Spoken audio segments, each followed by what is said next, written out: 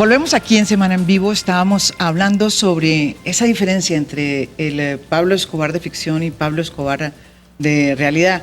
Y Carlos Gustavo había puesto un tema que me parece interesante plantear, y es cómo se va a recordar Escobar realmente, porque esa es parte de la construcción de la memoria que se está haciendo, ¿no? A través de todo lo que estamos haciendo todos nosotros.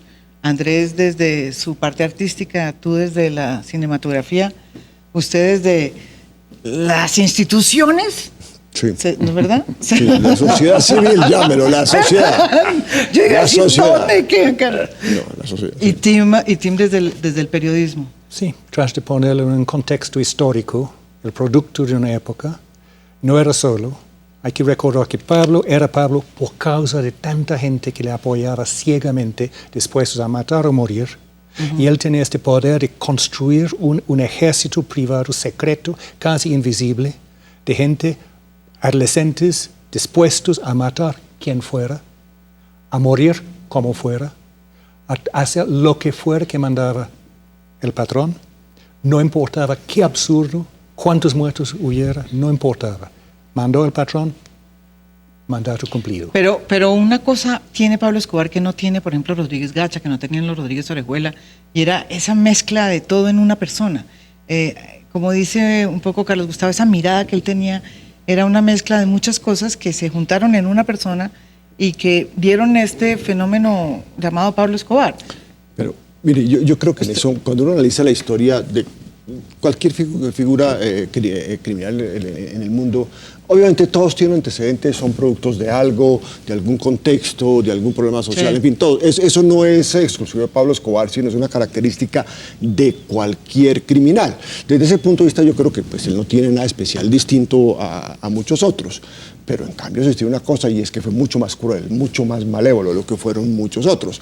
Entonces, por eso es que yo sí, de verdad, insisto, que independientemente que pueda ser una noticia o pueda ser de interés periodístico, resaltar una figura dentro de su contexto familiar o de golpe a una que otra faceta humana que pudiera tener, yo creo que la responsabilidad de este país y de todos los que tenemos algo que decir. O sea, ¿a usted no le gusta la serie de Caracol?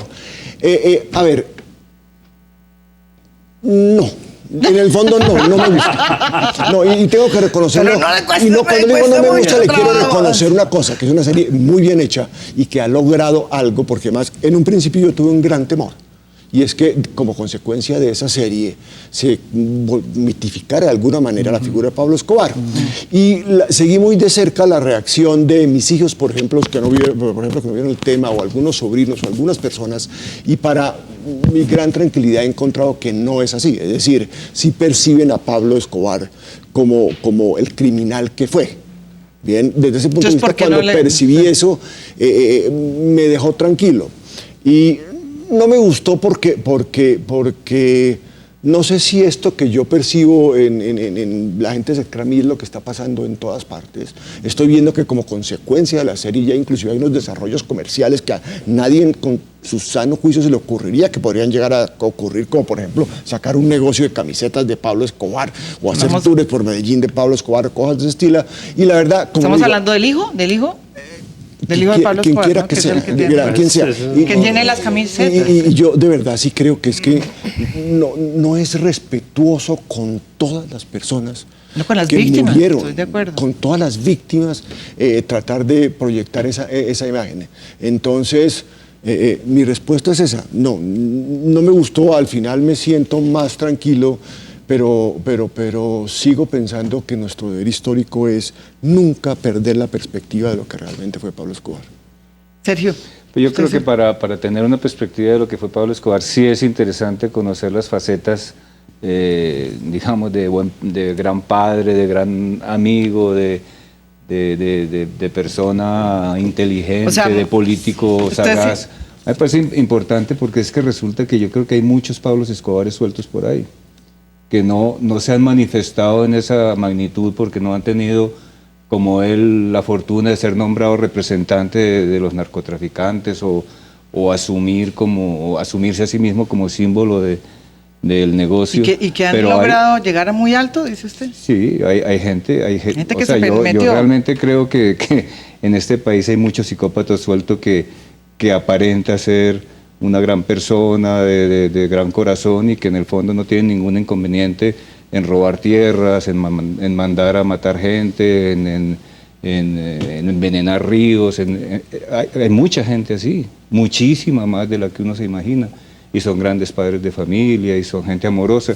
A mí por eso mostrar que el símbolo del mal también tenía esas debilidades humanas me parece interesante, porque hay mucha gente para desenmascarar en este país que está haciendo un daño horrible. O sea, la corrupción es yo siento que el principal problema de este país es la corrupción, y la corrupción es la que genera el narcotráfico, la que genera guerrilla, la que genera todos los males del país. En su documental había una cosa que me impresionó mucho, que nadie ha visto, pero que hemos visto muy pocos.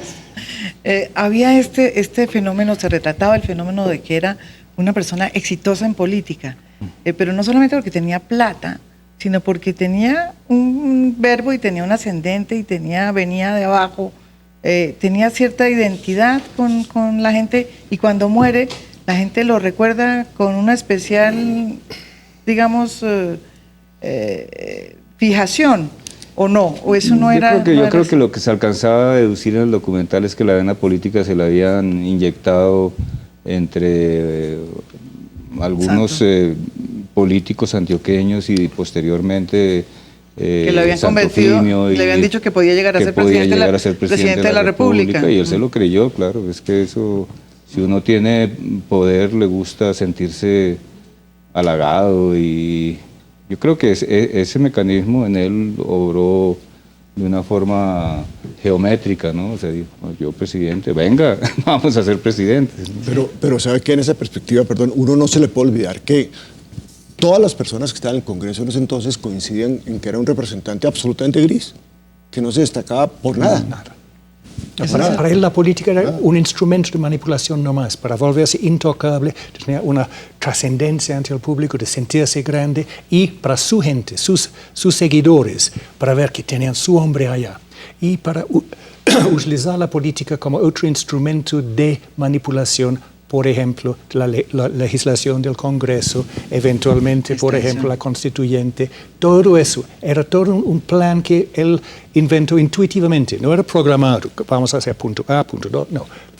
Él encontró la oportunidad, fue Ortega que le puso como suplente, Santofimio que empezó a introducirlo, fue Galán que lo expulsó del nuevo liberalismo justamente por encontrar sus nexos. Sí. Y empezaron su propio movimiento y se lanzaron al poder político, no porque les gustaba el poder, no porque tenía ambición de hacer política de verdad, sino como un instrumento de manipulación pública y lograr la impunidad, la intocabilidad. Por eso, Andrés, usted cuando le dicen todo, usted cuando oye todas estas reflexiones, que lo veo todo callado.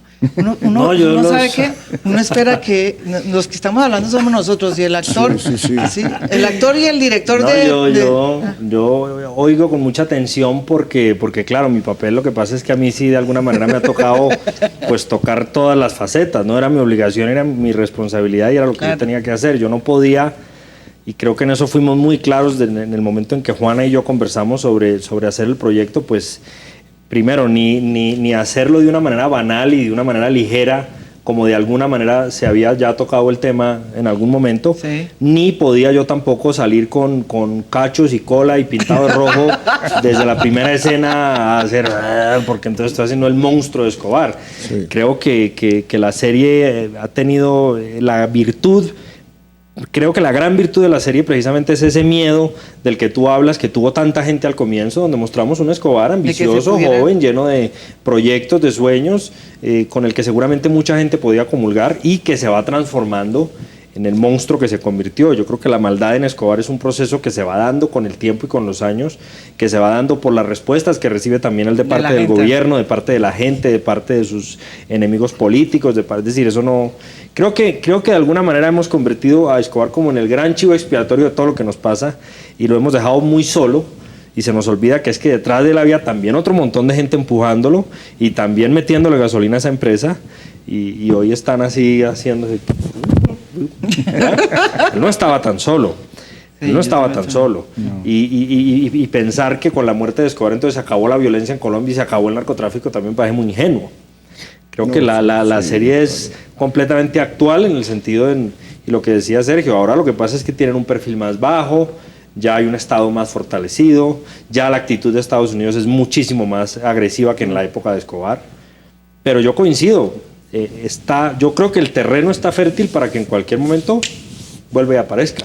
Pero ahí sí tengo una diferencia, porque es que obviamente nadie nunca pensó que con la muerte de Escobar se fueran a acabar el narcotráfico, y como tú dices, estoy de acuerdo, ha seguido la corrupción y todo eso. Aún más. Y sigue estando ahí. Ese es un mal endémico que Colombia va a tener que erradicar, no sé cómo en algún momento, pero estoy de acuerdo contigo.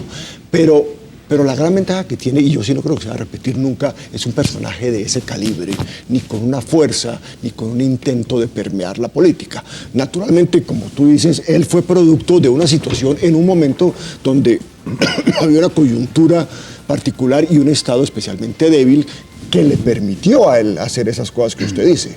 Pero hoy en día, él, si hubiera vivido en el año 2012, no hubiera podido hacer nada, bueno, nada no, pero muchas de las cosas de las que hizo no las podría hacer, precisamente por la fortaleza del Estado, por la capacidad de lucha que tiene, porque ha fortalecido el sistema judicial, por un montón de cosas. Eso no quiere decir que nuestro Estado esté ganando la lucha contra el narcotráfico y que vayamos a dejarlo hacerlo y que no se acabe la corrupción y todo eso. Estoy de acuerdo contigo, pero por lo menos, como usted lo dijo, es un problema relativamente reducido en términos de la penetración que tiene, de la percepción internacional, de la presencia en la vida cotidiana de la sociedad.